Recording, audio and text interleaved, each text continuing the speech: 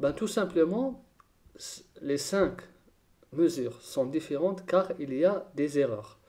Quel type d'erreur? C'est des erreurs. La réponse, c'est les erreurs, l'existence des erreurs aléatoires. Les erreurs aléatoires, elles font que les mesures répétées ne soient pas identiques.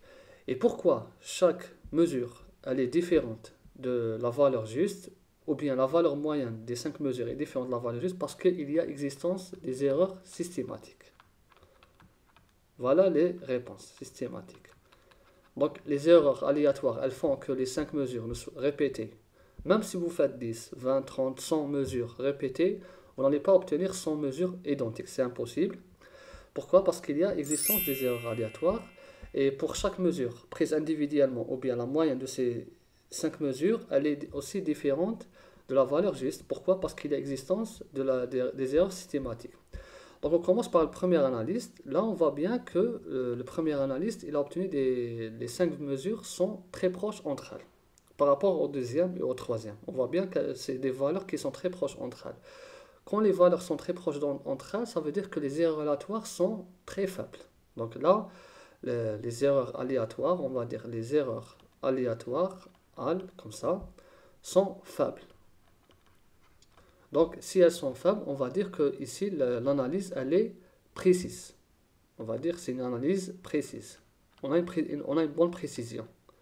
Donc, l'analyse, elle est précise. Ensuite, pour comparer par rapport à la valeur juste. Pourquoi il y a cette variation par rapport à la valeur juste? Là, il faut savoir que les valeurs obtenues, on va dire xi, c'est quoi? C'est juste la valeur juste plus l'erreur systématique que je vais représenter par ça, par ce symbole. Donc ici, ce symbole, d'accord, qui représente les erreurs systématiques, est égal à xi moins la valeur juste. La voici. Et là, comment je vais appeler ce symbole? Là, il représente le biais. Ça, c'est le biais de l'analyse.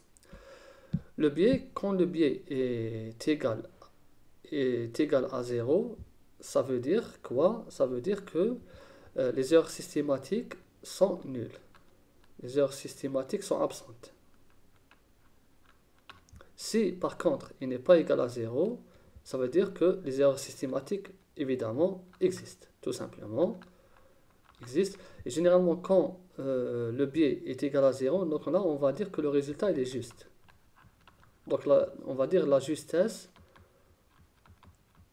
c'est en quelque sorte l'opposé du biais. Quand le biais existe, la méthode on va dire, elle a une faible justesse. Et quand le biais est égal à 0, il est nul, ou bien il tend vers 0, on dit que la méthode est juste. Donc ici, soit on parle de biais, soit on parle de justesse. Donc on va utiliser parfois le biais, parfois la justesse. Donc l'essentiel, le biais, c'est l'opposé de la justesse. Donc ici, vous avez des résultats précis. Et ici, le biais, si je fais le calcul du biais, je vais avoir ça. Regardez, donc le biais, là, ou bien là, donc ça va être, je vais utiliser x bar. Vous pouvez utiliser la somme des xi, ou bien x bar, c'est mieux. Donc x bar moins xg. Et là, ça va donner 10, 1 moins 10, 0, 0, ça va donner 0, 1. Donc là, quand même, c'est important. C'est différent de 0.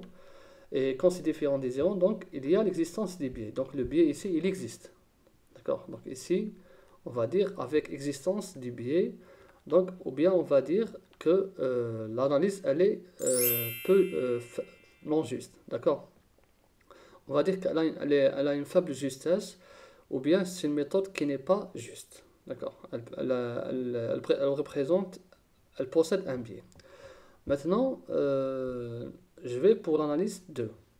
Là aussi, regardez, les 5 mesures sont très éloignées entre elles par rapport à ça. Regardez, ici, c'est très très éloigné par rapport à ça. Donc là, on a une forte présence des erreurs aléatoires. Donc là, les erreurs aléatoires sont importantes. On a une forte présence des erreurs aléatoires. Donc elles sont importantes. Donc quand elles sont importantes, là c'est clair, c'est-à-dire l'expérimentateur 2 ou bien l'analyse 2, il présente une faible précision. On va dire que c'est une analyse imprécise. Donc on va dire imprécis. Maintenant, on va comparer par rapport au biais. Le biais, est-ce que le biais, c'est-à-dire est-ce qu'il existe, oui ou non? Donc regardez, ici la valeur moyenne ici, elle est égale à 10, 0, 1. Donc 10, 0, 1, vous voyez, c'est très très proche. Donc le biais ici à peu près est égal à 0,01. Donc là, on va dire qu'il tend vers 0. Donc là, on a un très faible biais. Donc là, le biais, il est très faible. On a c'est-à-dire le biais, il est peu évident. D'accord? Le biais, il est faible. Il est très faible. Donc ici, je peux dire que l'analyse, elle est juste. Elle est juste. Pourquoi? Parce qu'on a le biais qui est très faible, il tend vers 0. C'est-à-dire c'est le 1 dixième, le biais ici, c'est le 1 dixième du biais de l'expérimentateur de 1. Donc là, vous voyez bien que l'analyste 1, il a une analyse précise, mais avec la présence du biais. Par contre, l'analyste 2, il a une analyse imprécise, mais juste. Donc, on voit bien que les erreurs systématiques sont indépendantes des erreurs aléatoires. Quand vous avez une mesure qui est précise, ça ne veut pas dire qu'elle est juste. Et inversement. Maintenant, pour le troisième analyste, regardez là aussi, vous avez une forte dispersion. Une forte dispersion des 5 mesures. Donc là aussi, les erreurs aléatoires sont très importantes. Donc ici, les erreurs aléatoires sont importantes. Dans ce cas, on va dire que l'analyse de l'analyse 3, elle est imprécise. Là, c'est imprécis. C'est pas précis. Et aussi, le biais, ici, la valeur moyenne, elle est égale à 9,90. Et 9,90, si vous faites calculer le biais, ça va être, bon, c'est négatif déjà, et ça va être moins 0,1. Comme ça. Moins 0,1, donc là c'est négatif, c'est erroné dans le sens négatif. Donc c'est 9,90 moins 10, ça va donner moins 0,1. Donc là aussi on a le biais, on a existence du biais.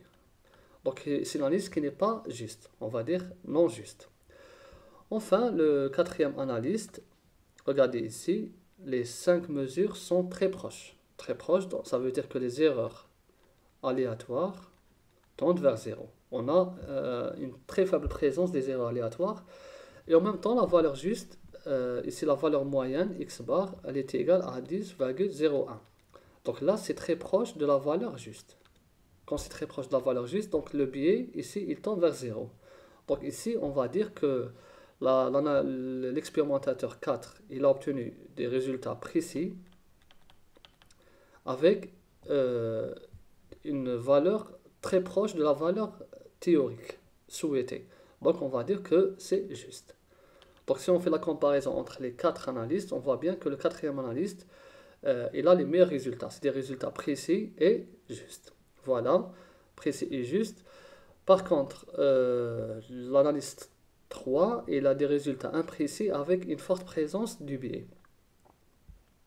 Les deux autres, c'est opposé. L'un précis, l'autre imprécis. Et le premier qui présente des biais, le deuxième, il n'a pas de biais. Donc, faible biais, ou bien c'est une méthode qui est juste. Donc, voilà pour les 4, donc la différence entre les 4. Et là, on comprend pourquoi les valeurs, quand on utilise, quand on répète les mesures, et dans l'expérience à différents analystes, on va observer des valeurs différentes de la valeur juste. Pourquoi? Parce qu'il y a toujours les erreurs qui vont affecter la valeur.